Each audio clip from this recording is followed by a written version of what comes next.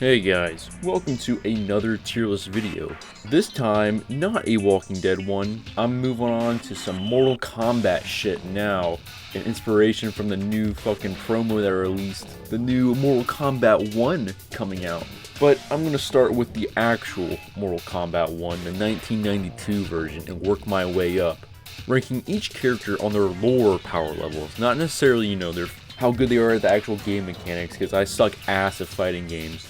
I'm all about that lore, baby.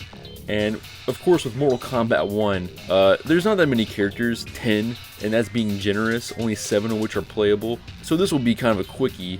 And man, with that new game coming out, it was kind of shitty trying to look up lore for this game, because every time you look up MK1, it's the new shit.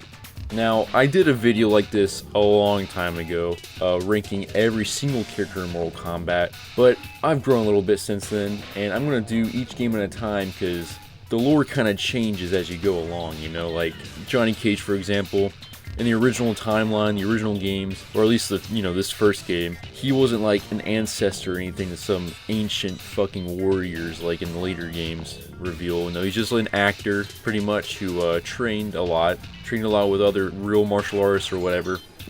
Just differences. I'm going off of the character cards and the bios and shit from the original game, so that's the main basis of all this. So let's get started. Well, actually, let me explain the tier list here. So we go from minced meat all the way up to immortal, and of course, no one really in the Mortal Kombat universe, except for maybe like 1 or 2 characters later on in the 3D era, are actually like weak. Most of them are like actually good fighters. So take it with a grain of salt when they're in lower tiers, Just because they're in a lower tier doesn't mean they're bad fighters. Just compared to the other godlike beings, So I'm going to start off here with Johnny Cage, since we're just talking about him. He is an actor. He knows some fights, but he's like pretty much a regular dude. He's got like a couple special moves in the original game here, like his green kick, but they honestly don't have any lore implications. They don't really make any sense. So I'm just going to put him at like average Joe fighter right here, okay? So this is what this tier means, it's just like above like the weakest shit. So he is a fighter. He can fight. Next up would be like a warrior class, which is like they know what the fuck they're doing. Probably like average Mortal Kombat shit. And then conqueror, someone that's going to commit fatalities like every other round. The good shit, the strong guys. And then immortal, just like the unstoppable fucking beings. Right off the bat, fucking Raiden, he's immortal. In this fucking game, it doesn't even really make sense why he's in Mortal Kombat, because he is not immortal. He is in fact immortal. And I know the endings aren't canon, and you gotta take them as you will, but in the original ending for Raiden, it pretty much states that everybody was a fucking jobber. No one was even a fight or a match for him at his full power. Goro was nothing, Shang Tsung was nothing, just pure power. In the original timeline, I don't know if he actually like fought. There's not a whole lot to go off of. I mean, there's like comics and shit, but I'm pretty much just going off of the game bios and endings. I'm just gonna put Raiden up here, OP as fuck. We got Liu Kang. Liu Kang canonically wins the tournament, and I don't know how much effort Raiden was putting in. And they're on the same team, so I don't think they fight, or they do fight. The kind of rules of the tournament are always like up in the air. Liu Kang, listen, I know he won, and because of that, he will be Conqueror class. Same thing with Goro. Goro is a fire dragon human hybrid type dude with 4 arms. He's the mini boss of the game. He beat fucking Liu Kang's, or I guess technically Kung Lao's ancestor, the great Kung Lao, like 1,000 years ago. So I mean, he's powerful as fuck too. He's up there, but Liu Kang beat him, so of course Liu Kang will be above him canonically. Liu Kang has a fatality where he can turn into a dragon, so that's something. I guess that's where a lot of his power comes from, and just straight martial arts. And then Kano, he's got a laser eye. He is a head of the Black Dragon, Crime Lord Syndicate. I'd say he's about average of what you can expect. And he can rip your heart out, I guess, but fatalities also you gotta take with a grain of salt, because everyone's got like superhuman strength when it comes to that shit, like Sub-Zero ripping out someone's spine. Sub-Zero, I think, is stronger than Kano. Kano's main thing is laser beam. Sub-Zero can literally freeze you. So it's honestly pretty OP. Sub-Zero might be actually like up here. The original Sub-Zero, Bihan. Yeah, I mean, he can freeze you solid, and most of the time you can break out of it, but honestly, think of how OP that is. He can freeze you solid, you're free, you're open. Pretty much like a one-shot guarantee. You got Scorpion too. I'd argue that Scorpion is stronger. He's honestly debatable immortal class because you can't really kill him. You know, you can't. He's already dead.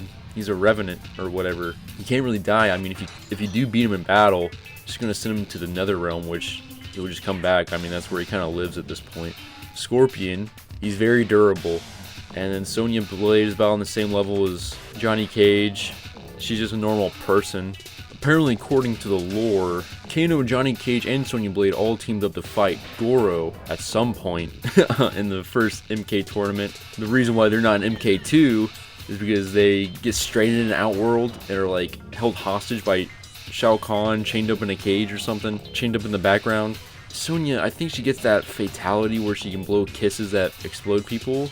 Because of that one strange ability, I'll put her above Johnny Cage.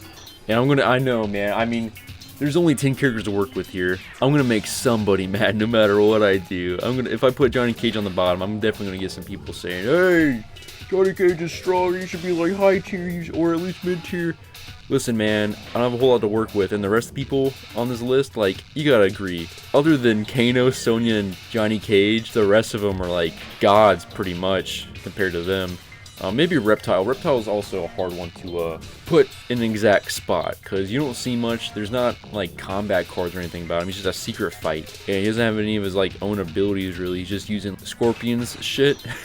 But canonically, he is a reptilian being disguised as a human. Probably has like better strength than an actual human. His canon abilities are like turning invisible and spitting and shit, but gotta keep in mind, this is MK1. So I'll have to put him in warrior class, you know, basic shit.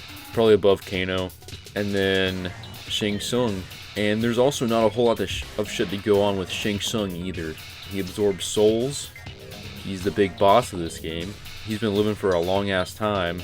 Honestly, I have to put Shang Tsung up here because he is not immortal. Alright. But he's like semi-immortal. He's a sorcerer. He knows a whole lot of shit. I think his only main like attack that's not like transforming to someone else in the first game is Fireball. I'll put Shang Tsung right here. Liu Kang did defeat him, canonically. And I don't feel comfortable putting Liu Kang in immortal class right now. So I think this is as good as we're going to get with MK1. I know my Mortal Kombat lore, and I did some research. I'm going to do a lot of research for the upcoming Mortal Kombat games too. But there's always some vague shit, and this is all up for debate, you know. Who's stronger than who, especially in the early Mortal Kombat games. There's barely any like factual shit to go based off of. So depending on who you are, you'll probably have different reasoning and different sources saying different shit. But this is pretty much my opinion right here. Who is the strongest? I'm still gonna do other tier lists. Like, I gotta finish the Walking Dead ones. I'll definitely still be doing those. But with the new game coming out, I got hyped, and I want to do some Mortal Kombat videos too. I hope you guys enjoyed this, and I'll see you next time on the next ranking power level video. Hope you guys have a nasty night, and peace out.